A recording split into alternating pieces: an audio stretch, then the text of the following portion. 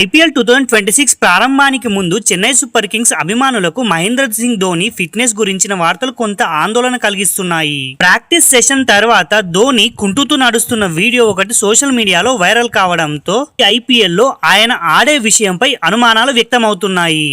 Dhoni 2023 season నుండి మోకాలి గాయంతో ఇబ్బంది పడుతున్నారు.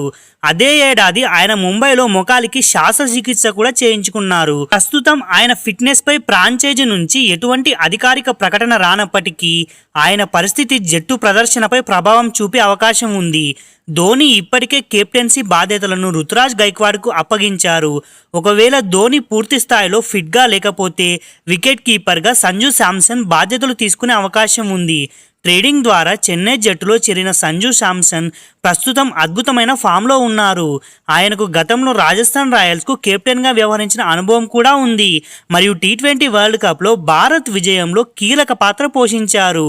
ఐపీఎల్ 2026 ఈ నెల 28వ తేదీన రాయల్ ఛాలెంజర్స్ బెంగళూరు మరియు సన్ రైజర్స్ హైదరాబాద్ మధ్య జరిగే మ్యాచ్తో ప్రారంభమవుతుంది. అయితే చెన్నై సూపర్ కింగ్స్ తన తొలి మ్యాచ్ను మార్చి 30న రాజస్థాన్ రాయల్స్తో ఆడనుంది.